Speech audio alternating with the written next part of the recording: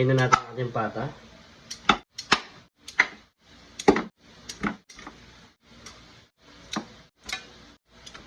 Lagyan natin ang whole peppercorn, bay leaves, garlic, onion.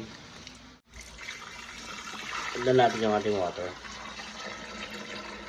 Patakpan muna natin. Chop na natin yung ating garlic. So after natin ma-chop yung ating garlic, set aside na natin. Onion. Set aside. Oil. Add na natin yung onion. Add na natin yung ating star anise. Lagyan na lang natin yung ating pamintang durog. Dahon ng laurel. Soy sauce.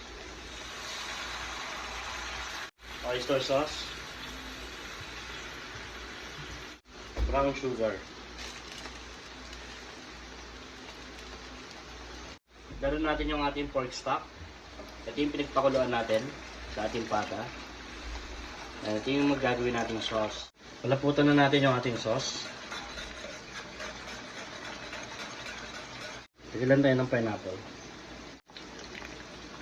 Sama na pati juice. Sama na natin siyang yung chunks.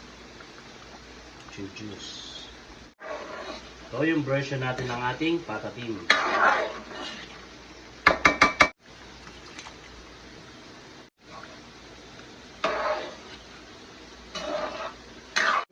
So after natin magawa yung sauce, lagyan na natin yung ating pata. So wala kasi tayo nabiling buong pata, kaya yung hiwa-hiwa na pata na binili natin. At napakuluan natin. Pressure cooker natin ng 1 oras.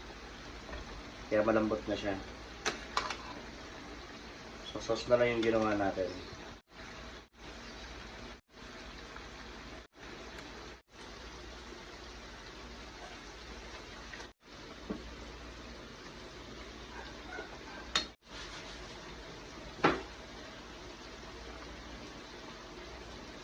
Lagyan na natin yung ating sesame oil.